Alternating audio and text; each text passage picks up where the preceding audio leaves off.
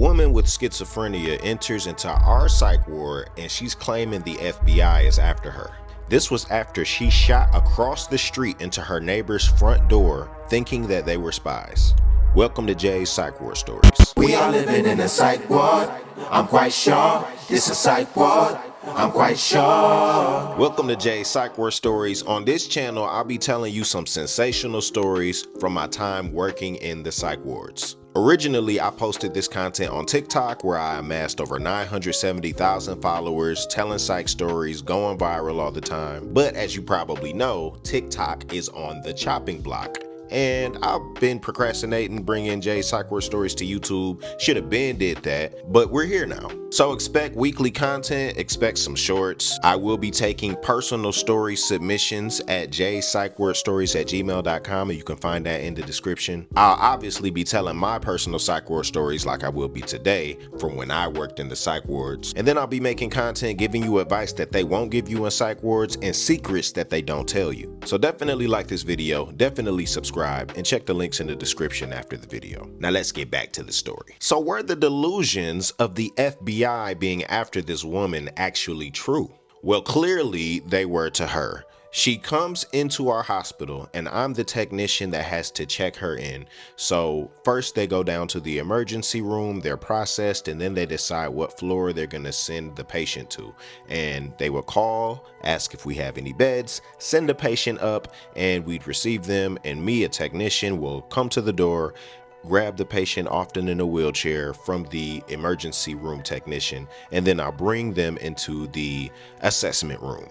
And that is where I do my full interview and get you checked in. You're signing paperwork. I'm explaining to you your rights, all of that stuff to check you into the psych ward.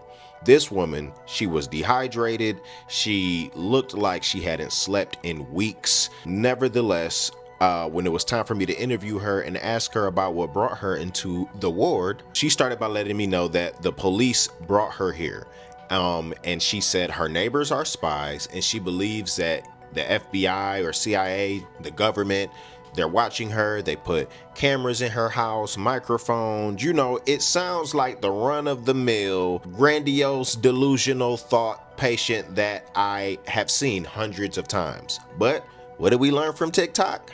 We listen and we don't judge. And that was the spirit of me. I was the type of person that even if you are wrong, whatever that means, right? But even if you had delusions that didn't match with the reality we agree with, I wanted to hear what you had to say in order to see if your hallucinations and thoughts have consistencies, have rules. And sometimes they were very consistent, or they're just simply repetitive. And in this woman's case, she was adamant about the cameras, adamant that she's being watched. And as she talked about it, it's not like she was ramping herself up and, you know, showing signs of intense fear. She seemed like she was having a regular conversation with me and just telling me the facts that she's accepted. But nonetheless, she was very lethargic and very tired. And after she told me that, I kind of just took note of that, you know, charted that down and showed her around the unit briefly, and then took her to her room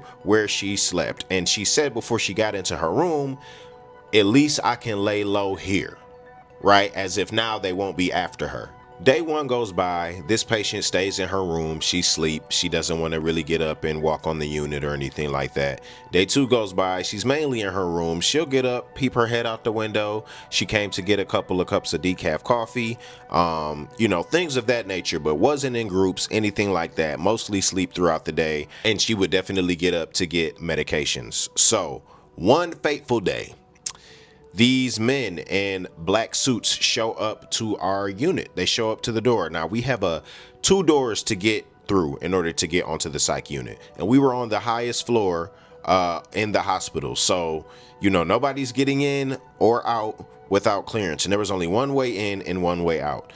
And these men showed up and it was not a visiting day. And so I look at the cameras because as a technician, I typically will go get the door unless the charge nurse is expecting somebody that she would need to speak to, or getting handed meds that I don't have clearance to collect, like things of that nature. So I see these two men in suits, and the charge nurse is confused as well. We're thinking, is this ministerial service, pastoral services, coming to pray with patients, but it's not, a religious day, and visiting isn't going on. What could be the case? So, the charge nurse gets up, she goes to the door, and I see her on the camera talking to these men, and I'm thinking she's just gonna get a quick answer, come back, let us know, like, okay, they were on the wrong floor, they were looking for something, right?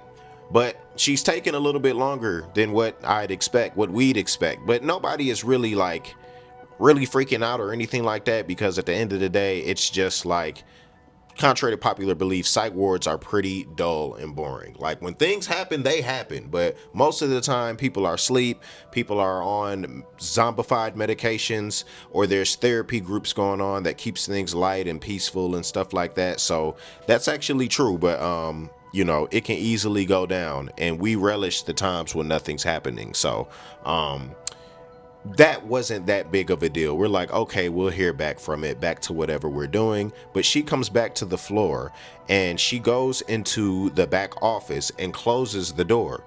And I notice that the men are still there. They're just sitting down now. And she's in the back room with the door closed. And she asked one of the other technicians to leave that room. I'm like, well, that's weird. Strike two.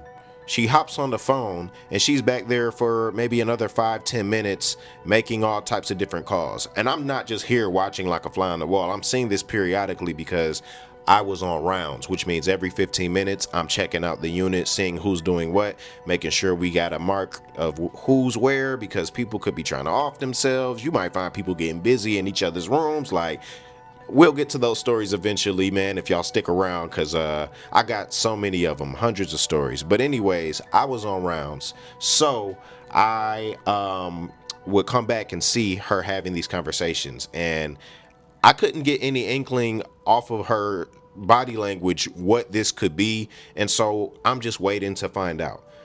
And we're all kind of waiting to find out, because eventually, once she walks out, and it's me, the charge nurse, there's a med nurse, another RN on the floor, and then the other technician. That's who's all here. And then we have the charge nurse. We're all kind of like, okay, what's up? You gonna tell us? Like, you got these weird men? Like, okay, what's going on?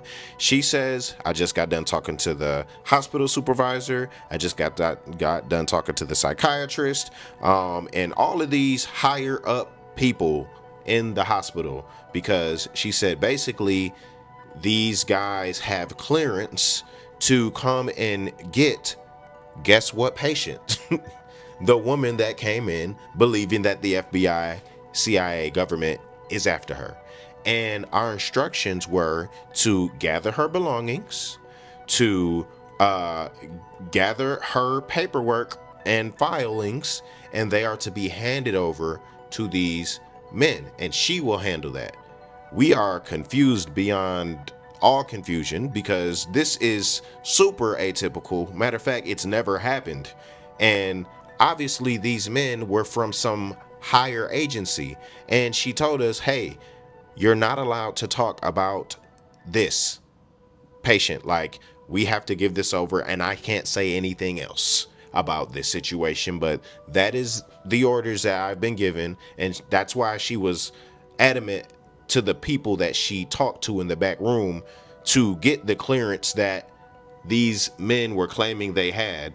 I'm guessing mentioning names and people that they'd have to know and have to had talked to in order for this act to be done. This was just unbelievable, but that's all the extent of which she could tell us. We couldn't know anything else. We go let the woman know that she's being discharged. She's like, discharged, and we're like, yeah. And she's like, wow, that was quick. And we bring her, and she sees the men, and the men come and get her, and she doesn't even like try to run or anything like that. I do see a look of shock on her face and fear, but then she looks at us and she said, I told you. She said, I told you. Spooky stuff. And like I told y'all, we were blocked from knowing anything. Her chart, we couldn't even look it up anymore, like in the system. It was gone. So these guys had to have some type of clearance to grab her. And that's when the question started. It's interesting because a lot of people on TikTok, when I posted this story, and it went viral too, people were like, why did y'all allow her to just be taken? And I'm like, do y'all not understand? Number one, I didn't know anything about this woman. And let's keep it 1,000%. I'm gonna keep it over 100 with y'all. I'm gonna keep it 1,000.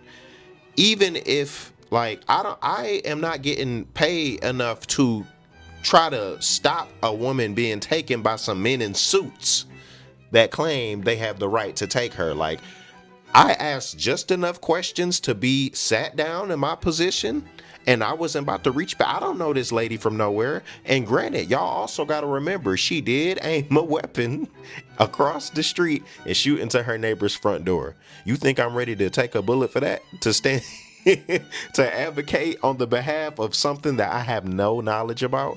Like, it's not that deep for me. I'm sorry. If it is for you, hey, if you in that position, I'd love to see how that would have went. You know what I'm saying? Like, this was before I knew about MK Ultra and Big Pharma and the profiting off of the mental health system and the weaponization of mental health disorders. Like, knowing what I know now, even more so.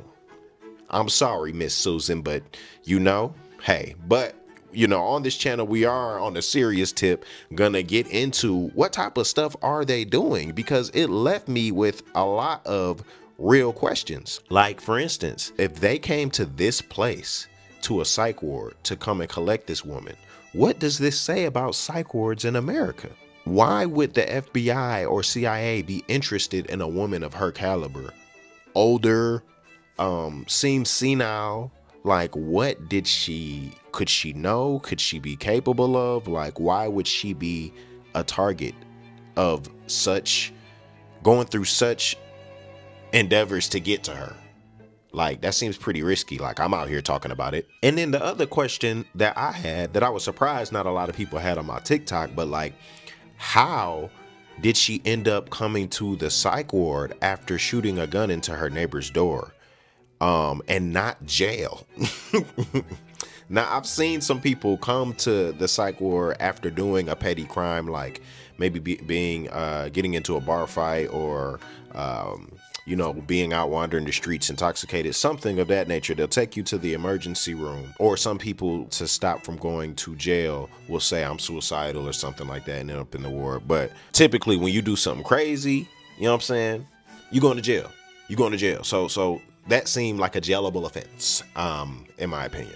So, but yeah, as I look back, I've always been floored at the implications of certain experiences I've had in the psych ward. And I'm sure many of you guys are too. So please, let me know your thoughts below. I want to know what you're thinking. Let me know your thoughts on this. And if you enjoyed this video, make sure you leave a comment as well.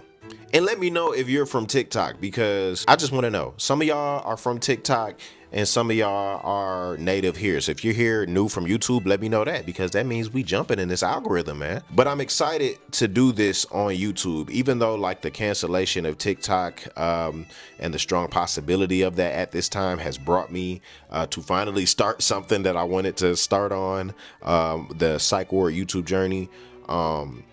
I'm grateful for this because it seems like a community on TikTok. Like, I had a lot of consistent people that would come and watch my videos. It was just mainly new people that came about, and my community would get lost in the sauce. And so you can actually be seen on here. So this is a good chance for you to make yourself known in that comment section and start to populate. These are the ways in which we build a relationship. You know what I mean? Like, this is how we actually start that. Like, when I subscribe to a channel, in a sense, I'm like, I like this person. So I hope I was able to have that impact on you. If you're here, from TikTok, hey, we continue on what we already started. And this is going to be a beautiful journey. So thank y'all for being a part of it.